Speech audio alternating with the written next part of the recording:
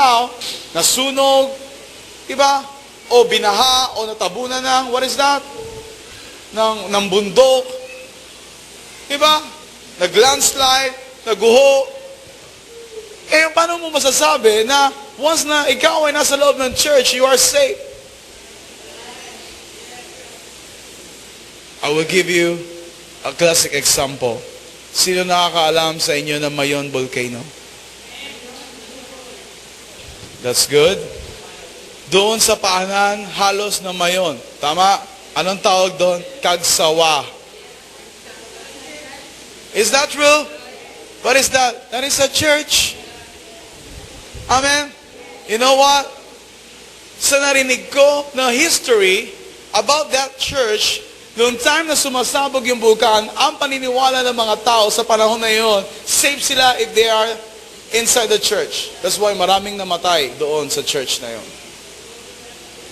Ano ang natira? Yung tore. Nakalimutan sabihin ng pare na dapat doon sila sa tore.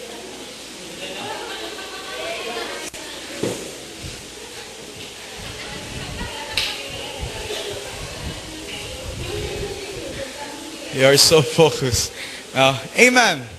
Amen. But to be honest with you, tama mali. Marami ang namatay doon. Why? Hindi ibig sabihin na nandun ka sa loob ng church o yung gusali, you are safe. Ang church na tinutukoy in the Bible is not the physical type or the building type of the church. Are you with me? But the church in the Bible is the body of God, is the body of Christ. Amen. Which is dapat alam natin how to connect ourselves to everyone. Kung paano natin i-connect ang sarili na strongly connected to one another. Amen. But not through flesh and blood, but in the Spirit.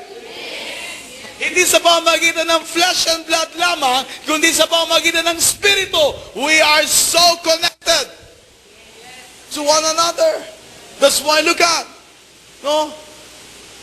Can you imagine? In the Bible, ano sinasabi doon? Rebuke. Amen? Bakit mo kinakailangan i-rebuke? Ano yung purpose ng pagre-rebuke? Doon sa tao, doon sa kapatid mo. Why? It's because that is what? No? Ayaw mo siya mapahamak. That is the purpose kung bakit mo nire-rebuke ang tao. Read your Bible. Now, paano mo i-rebuke ang isang tao? Can you imagine that? No? Kung hindi mo alam kung ano yung purpose. Or like for example, no? Most of the time, like for example, I know na merong mga tao, maraming pagkakataon na nakakarinig kayo ng rebuke mula sa akin. Is that true? But can you imagine, kung hindi nyo alam kung paano ilagay sa lugar, kung ano yung inyo narinig, I tell you, matagal na kayong umalis. Matagal na kayong humiwalay. Why? It's because sasabihin mo, si pastor, lagi na lang ako. Si pastor, lagi na lang kami. Si pastor, lagi na lang ako. Pero, ang tinuturo ko sa inyo, ang koneksyon ng bawat isa sa atin dapat ay hindi sa laman lamang, subalit sa Espiritu.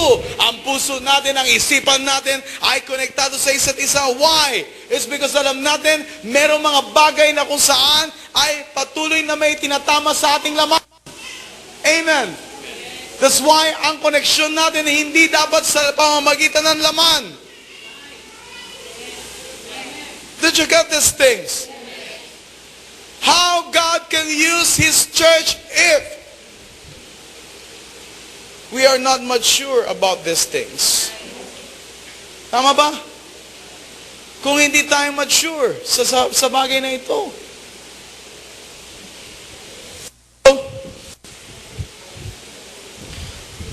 Read verse 15. Naunawaan ng taong nagtataglay ng Espiritu ang kahalagahan ng bawat bagay. Ano sabi? Naunawaan ng taong nagtataglay ng Espiritu ng Diyos ang kahalagahan ng bawat bagay. Now, dito mo makikita kung sino ang totoong merong Espiritu ng Diyos inside the church. Why? It's because naunawaan ng bawat isa kung ano yung mga bagay-bagay na ipinapahayag. Are you with me? At yung kahalagahan ng bawat isa, ng bawat bagay. Did you get these things? Now, kung ang isang tao ay walang Espiritu ng Diyos, malalaman mo, you know what, na siya ay loosely connected. Even though na matagal na siya sa church. Did you get this? Amen? That's why look at, in verse 16, ganito ang nasasaad sa kasulatan. Sino ang nakaalam ng pag-iisip ng Panginoon? Sino ang makapagpapayo sa Kanya? Ngunit ang pag-iisip ni Kristo ay taglay natin. Do you believe on this? Can you imagine that? Ang Espiritu ni Kristo ay taglay mo, taglay natin. Why? It's because of the Spirit of God sa buhay ng bawat isa. That's why napaka-importante, una sa lahat, na ang Espiritu ng Diyos ay sumasa atin. Upang sa ganun, ang kaisipan ni Kristo ay manahan sa atin. Ang kaisipan ng Panginoong Kristo ay maging taglay natin sa buhay natin. Amen. So, ibig sabihin, the first step here, dapat maging maliwanag sa buhay ng bawat isa na ikaw at ako ay tunay nga na magkaroon ng tunay na pakikipagniig sa Santong Espiritu o sa Espiritu ng Diyos. Amen.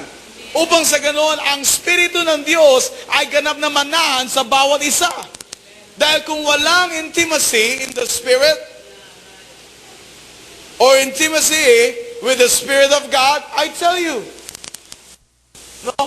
ang lahat ay salaman lang. Hindi magpapahayag ang Diyos sa iyo sa pamagitan ng Kanyang Espiritu kung ano yung mga bagay-bagay na nasa Kanyang puso't isipan. Why? Dahil alam mo na hindi ka konektado. Alam mo na ikaw ay nag-ooperate lang saan? Sa laman, hindi sa Espiritu. That's why, remember ano sabi sa binasa natin? Ang nakakaalam lamang kung ano ang nasa puso't isipan ng Diyos ay ang Espiritu. Ganon din ang tao. Ang nakakaalam kung ano ang nasa puso't isipan ng tao ay ang kanyang Espiritu. Is that true? Now, para malaman natin kung ano ang nasa puso't isipan ng Diyos, anong kinakailangan natin mangyari o gawin sa buhay natin? Dapat ikaw at ako ay magkaroon ng totoong koneksyon saan? Sa Espiritu ng Diyos. And be sure na ang puso natin ay tama, na ang agenda natin ay tama. Wala tayong hidden agenda. Why? It's because alam din ng Santong Espiritu kung ano ang motibo ng puso natin. That's why, can you imagine, you know what, kung bakit ang mga churches right now, yesterday and last Friday, sinabi ko to, uulitin ko. Are you ready? A lot of churches right now, naglalaman ito, please don't be offended when I say this, okay? Amen? Karamihan ng mga simbahan ngayon ay naglalaman, you know what, ng tinatawag na matatanda o elderly. Not elder of the church, okay? Elderly, ibig sabihin matatanda o nagkakaedad. Tama po ba? Mas maganda yon. Thank you. Pwede. Amen. Tumatanda o medyo tumatanda o nagkakaedad. Amen. Okay. Thank you. Amen. Now, can you imagine, physically, tumatanda tayong lahat. Is this true? Yes. Pero I hope and pray, hindi lamang tayo saan? Sa physical tumatanda, but spiritually, tumatanda din ang ating spiritu. Yes. Yun yung dapat na makita sa church upang sa ganon, ang iglesia ay magamit ng Diyos. Ayon sa kanyang plano, ayon sa kanyang kalooban, ayon sa kanyang mandato sa ating buhay. Why? That's why the problem of the Corinth church is this. Anong sabi ni Pablo sa mga Korinto? O sa mga taga-Korinto? O mananampalataya sa Korinto? You're still babes. So, kayo hanggang ngayon ay paslit pa rin. If I will use this term, bansot pa rin. Saan? Sa pananampalataya. Why?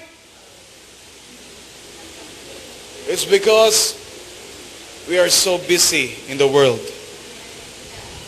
but we are not busy to His Word. Amen.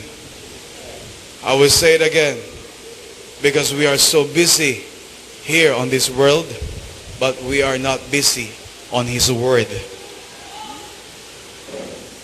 Why? Remember, anong sabi ng salita ng Diyos? My word, ang aking salita, no, ang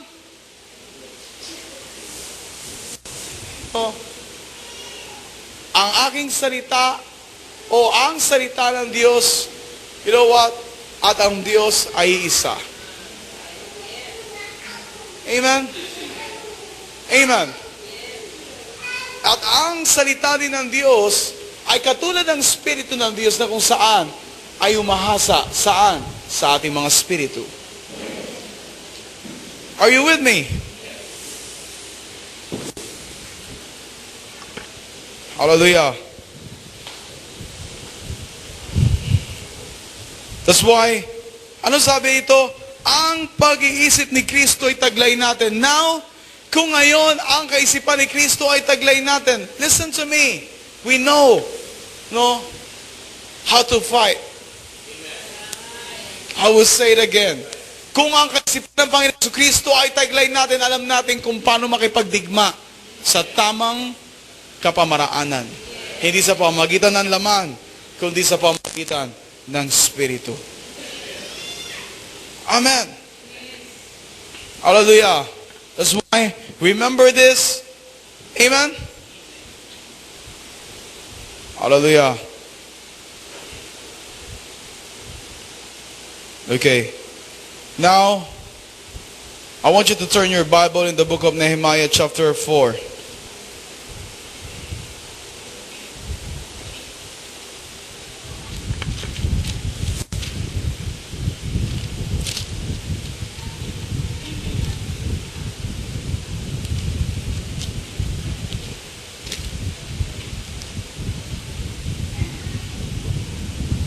In the book of Nehemiah chapter 4, okay? Amen. In verse 19, sinabi ko sa mga maginoo, mga pangulo at sa lahat, malaki ang ating gawain at malalayo ang ating pagitan. No? So, before I continue here on verse 20, you know the story here in chapter 4 of the book of Nehemiah, no? If you remember, hallelujah. In verse 1 and 2, nabalitaan ni Sanballat na aming itinatayong muli ang muog, nagalit ito at tinuya kami. Sa harapan ng kanyang mga kasama at ukbo ng Samaria, sinabi ito, ano kaya ang iniisip ng mga kahabag-habag na Hudyong ito? Itayong muli ang Jerusalem sa pamagitan ng kanilang mga handog at gawin iyon na maghapon. Akala ba nila ay mabubuo pa nila ang mga nasunog at durog ng mga silyar doon? Sa tabi niya ay nagsalita si Tobia sa Amonita o na Amonita, ano bang klaseng muog ang gagawin ng mga Hudyong ito? Pihong maraanan lamang ng asong gubat ay guguhuna. Are you familiar with this story? Okay, about Sanballat and Tobia. Amen. Amen. Si Sanballat at si Tobia, you know what? No.